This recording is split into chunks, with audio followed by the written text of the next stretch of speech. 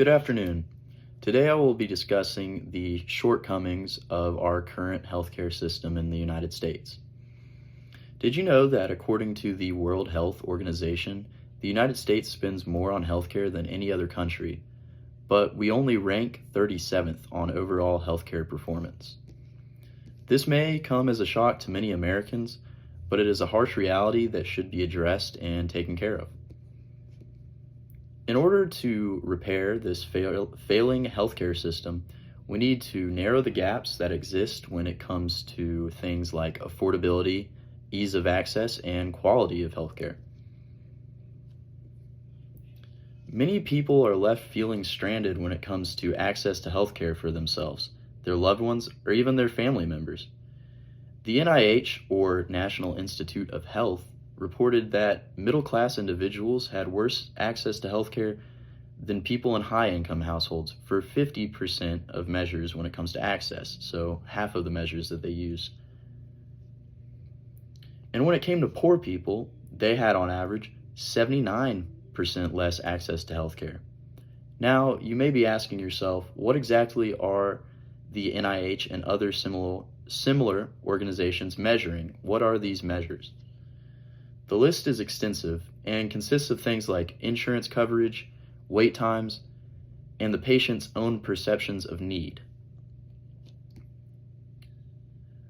Another reason why our healthcare system is flawed is due to the socioeconomic disparities many groups face regarding the system. There are several factors that play into this issue, such as race and location. The overall Black, Hispanic, and Asian populations received worse quality of care than the overall white population. This is based on studies conducted by the National Institute of Health, where they teamed up with the National Institute of Minority Health and Minority Health Disparities.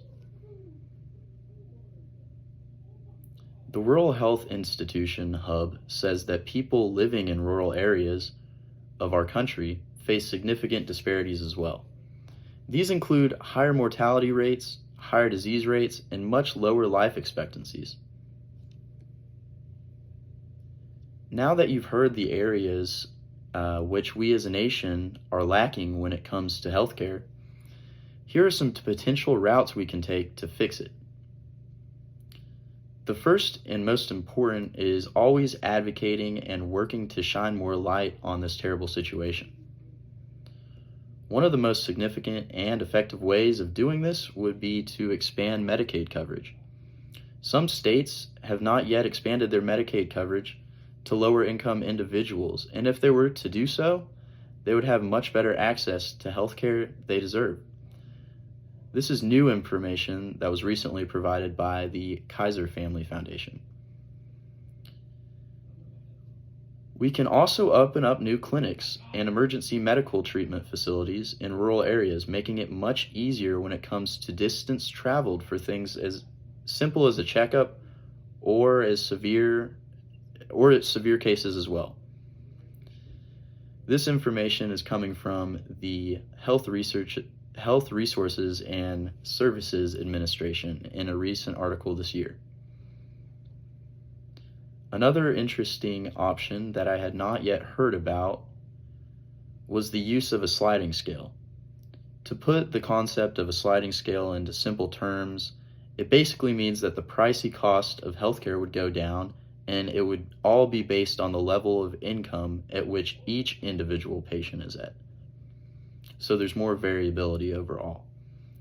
This would make the process less intimidating and much more affordable to people who are in greater need. This information was provided by the NACHC, which is the National Association of Community Health Centers, in an article that they released back in 2023. To conclude, the issues we face as a nation when it comes to our healthcare grow far and wide, based on several lacking areas. We have alarming disparities with regards to overall access based on race, income, and location, but also areas such as healthcare and affordability. These factors cross over one another and are all related in some type of way. There's no excuse to ignore this alarming truth, as it has been backed by years of research by several credible institutions that I have mentioned here today. We must come together to face this issue head on to provide a better future for our kids and generations to come. Thank you.